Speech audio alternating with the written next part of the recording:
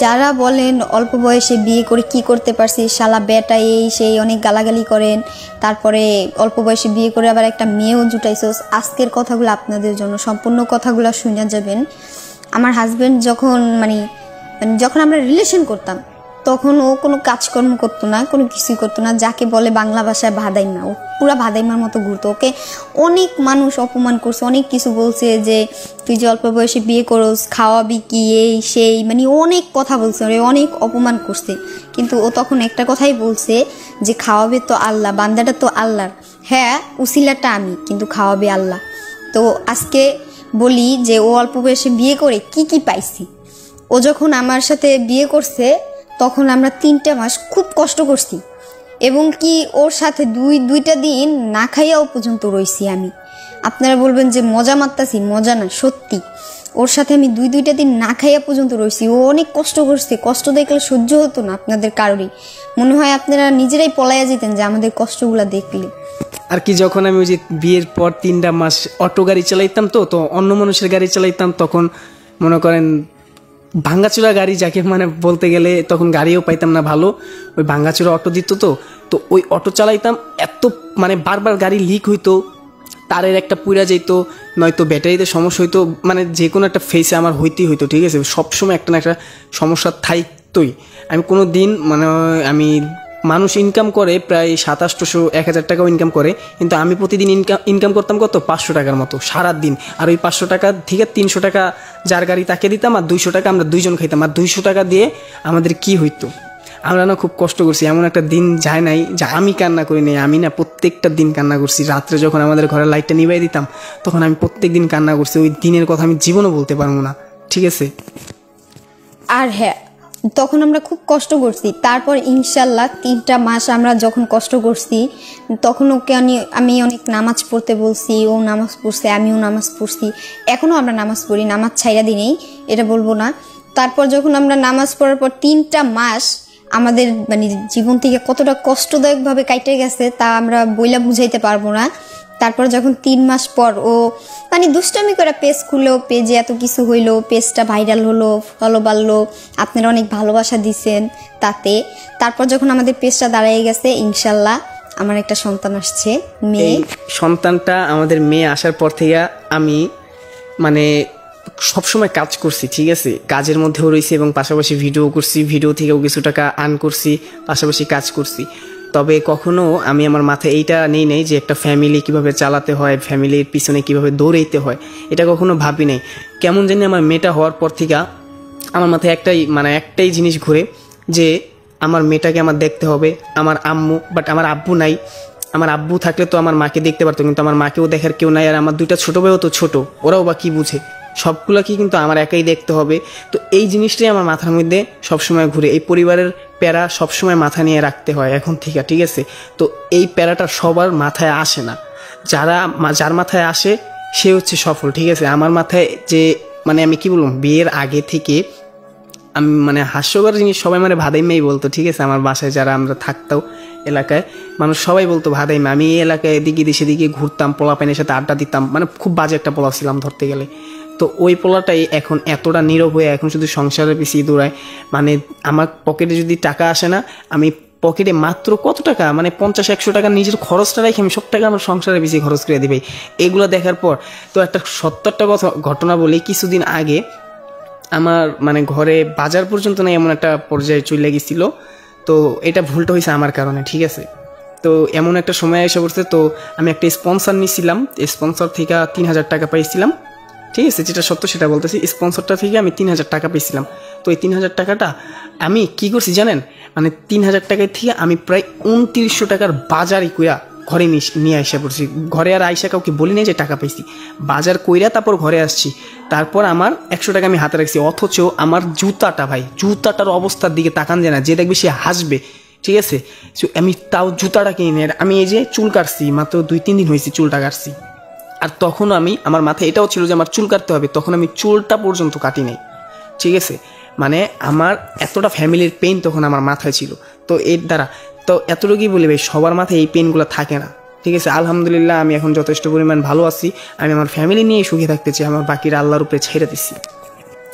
আসলে আমার মেয়ে আসার পরে মানে আমার মেয়ে যখন হবে তখন মানুষ অনেক কথা বলছে, তখনও আমাদের খুব একটা খারাপ অবস্থা ছিল, তখন আমাকে অনেক পরিমাণে ভয় দেখাইছে, মারা যাবি এই সেই, মানে অনেক ধরনের কথা বলছে। ওকেও বলছে যে এত অল্প বয়সে বাচ্চা নিছোস এই সেই, বউ মারা গেলে কি করবি, তোর বাচ্চা বাঁচবে না, মানে অনেক ধরনের কথা বলছি, কিন্তু কারোর কথায় কোনো কান দেই নেই। আল্লাহকে শুধু ডাকছি, ইনশাল্লাহ আল্লাহ রক্ষাও করছে।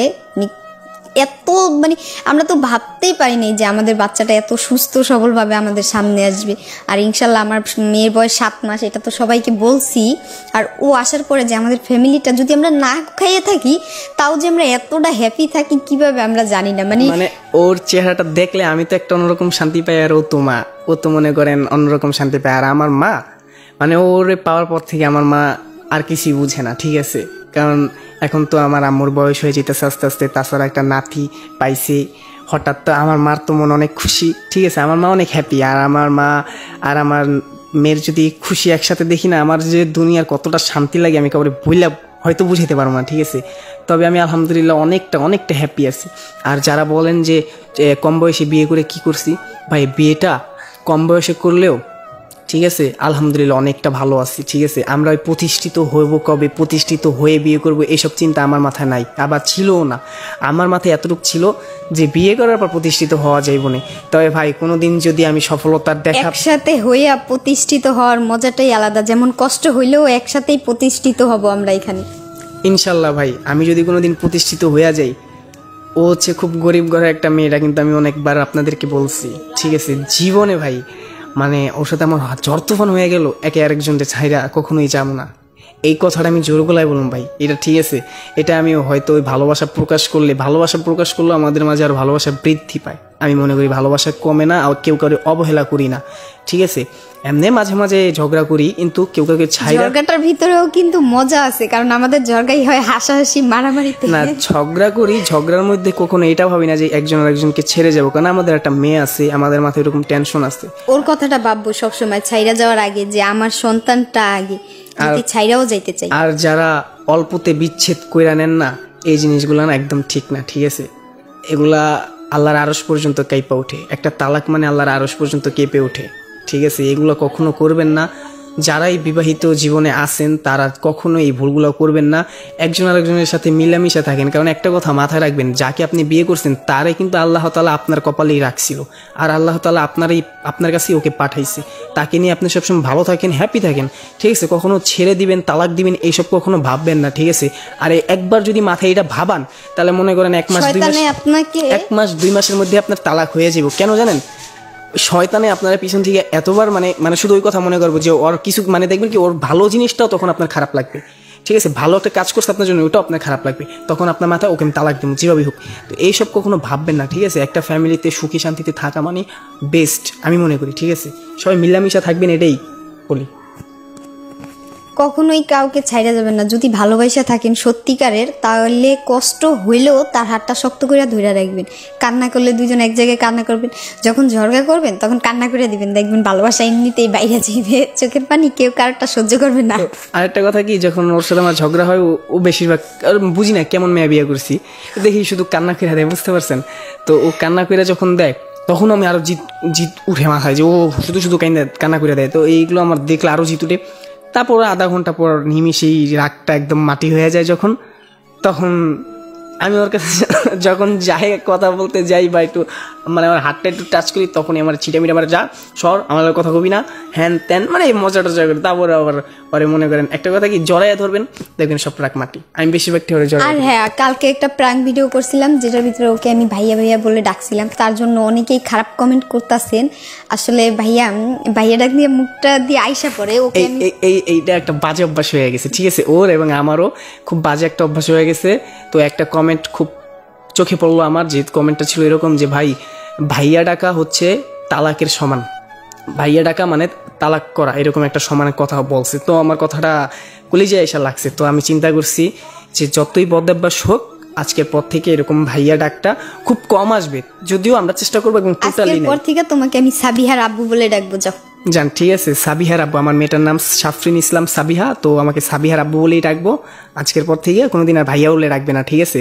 তো আমার ভাই আপনারা কেউ কখনো খারাপ কমেন্ট করবেন না। তো যাই হোক, আমাদের জন্য সবাই দোয়া করবেন। আর আল্লাহ হাফেজ, আসসালামু আলাইকুম।